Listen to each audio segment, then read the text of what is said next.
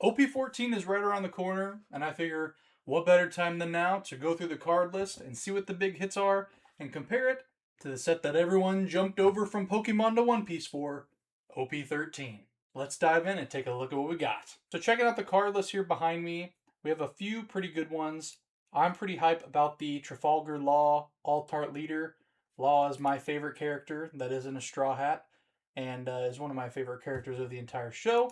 So even though I've heard that he's not the best leader when it comes to competitive play, I still want to be picking up one of those. All these other ones look cool. The alternate art law, that's one of the better ones that he's got as well. Got a new Luffy SR alternate art. That one's okay. X Drake. Some pretty normal looking red cards. And moving into the green, we got Mihawk, the big boy for the set. Cool pose here in his Altart Leader, and apparently his ability is pretty busted. I wish this was in English so I could read what it does. But lots of people are saying that this set is very, very meta shifting when it comes to standing a chance against Emu, Zoro, Ace. So pretty sure Mihawk is going to be replacing Zoro. So we'll see how that shakes out. Got a cool Shanks Altart Rare. All the Gooner boys are going to love this one. Got Nami. And look, who's that in the background?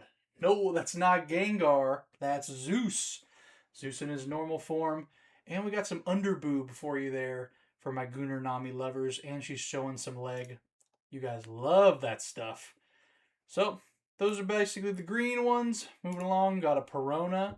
My girlfriend's a big Perona fan, so I'm sure that one will be pretty good, pretty collectible. Moving into the blues, Jimbei. One of the better Jimbei arts in my opinion. Most of these other ones don't do him enough justice. And the one that everyone's been talking about, Boa Hancock. This leader is apparently busted from the other videos that I've watched. Another life leader, and she's got some crazy things like Perfume Burst, I think the card's called. A lot of unblockable damage coming from her.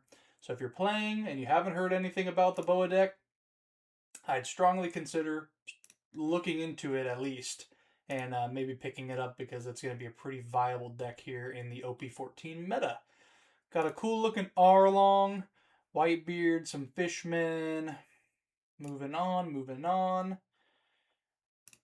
Got basically that leader version of Jinbei, but as an SR alternate art. That's cool. And that about wraps up the blues. Another one that I'm pretty hyped about, we got Doflamingo back in action. It's been a long time, but now he's making his debut as a purple leader. Very, very cool. I'm just a big fan of the alt-art leaders, and surprisingly, with all of the booming that's going on lately, not a lot of people are, I guess, taking an interest in them, and they're still pretty affordable. So fingers crossed that stays that way. We got a cool Virgo card. More cool Doflamingo. Even like his SR looks super cool. Alternate art's awesome. And yeah, that about wraps that up. We got two black leaders coming into this one. We got Crocodile and we got Gecko Moria. Both of these cards are going to be pretty good as well. Like I said, this is a big meta shift. Everyone was so sick of Ace, Emu, and Zoro. Well, now you're getting your chance to play something different. That's a creepy card, Spider Mice. Okay. So, we got Nico Robin. That's a good looking card. Or Miss All Sunday, sorry. We got Bon Clay. Another Nami, Bon Clay Mr. 2 crossover card. I heard people call this Diaper Nami.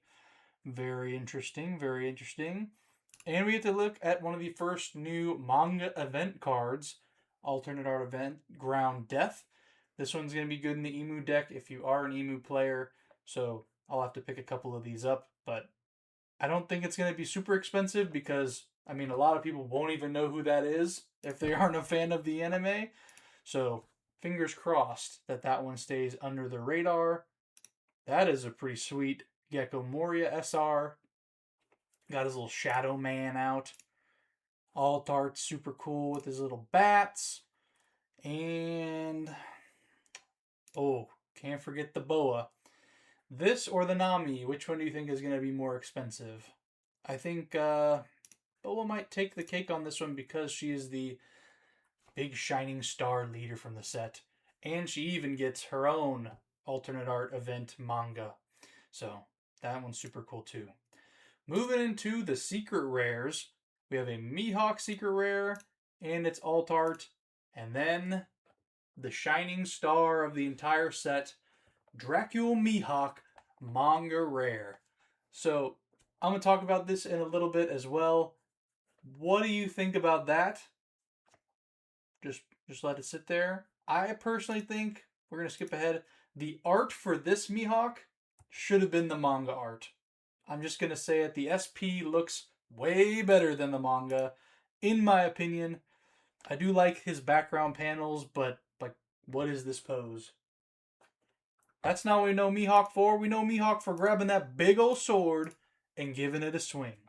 So most people probably won't even know who Mihawk is either, because it's not Luffy or Luffy or Monkey, whatever his name is that people are calling him these days. Got a crocodile SEC and its alternate art. I like the style of these. They're very like hand drawn, even though I know most of these are hand drawn, but these just look, they have their own little spice to them. I really do like that. Then we got the cool SPs again with the little, I don't even know what you call this background, like heritage style background. Got all the gold flake. These cards look amazing in person. So I don't have one personally yet, but I would love to pick one up. And the anniversary SR is going to be Buggy. Gold and silver for this set. Not the best art for Buggy, but people are going to be wanting it either way. Got Sugar. That's a pretty cute one. Mihawk. I think that's the best one by far. And Boa. And people will buy that card for the deck. And it's a SP. Oh, get your wallets ready, boys. So, let's compare this set to the one that everyone knows and loves, OP-13. Now, here's my hot take for this video. I do not think that OP-14 will be nearly as popular as OP-13, primarily because of the sheer amount of craziness that was in OP-13. These people that just came over to the One Piece card game might be a little confused, might be a little disappointed, and might kind of glaze over this set, which would be great for us people that actually collect the cards and play the game. But you investor bros out there might want to watch out. Because, as I just showed you, OP-14 has one manga card. Only one. It's not red or anything either. OP-13 had 6, including the reds. Sabo, Ace, Luffy, and their red counterparts. 2 of the most popular people in the show. Sabo's okay. But, I mean, how can you compete with a red manga Luffy? As far as investability, you really can't. Now, this card is bringing, it says 20,000. I don't believe that it's going for 20,000 because it looks like 8,500 is about what this card's going for. Only one listed, so they can kind of make whatever price up they want. But, I mean, I don't see the Mihawk being anywhere close to 10,000, even freaking maybe 2,000. I would be surprised if it hit $1,000. So, hopefully that's true. I mean, look, Sabo's not the most popular character either. He's sitting around 850, even in this super duper hype time. So, who knows? And you're dealing with the Shanks SPs from this set. Both are over $1,000, gold and silver. You got the God packs, you got the Wanted posters, and you got these versions of the SPs. Which I don't know. I like both of them, but I mean, you can't compete with the people on the card. So, contrary to popular belief, I think that this new set will not be the most investable. So, hopefully that changes things back to the way they were about 4 weeks ago, and these cards won't be hundreds and thousands of dollars. But, I mean, it's great for the people that play the game and want to collect these cards. So, have your fun with OP-13. We're moving on to OP-14. I'll show you guys the little promotional video for the set. and let me know what your guys' thoughts are. It's going to be super fun. At the time of recording, we got about 2 weeks till the set comes out. So hopefully you can get your pre-orders in. I personally don't have a box yet, but hopefully when I go to the pre-release and play, we'll have the opportunity to get a booster box and open it for the channel if you guys want to see that. Also, if you want to see more long-form content like this, please let me know. This is the first video back in a very long time, so if you like this recording style, if you like this video setup, let me know. I can do this about every set that comes out. We'll open some boxes, we'll rip some packs, and we'll have some fun. So subscribe if you're new to the channel. Thank you very much, and I'll see you on the Grand Line.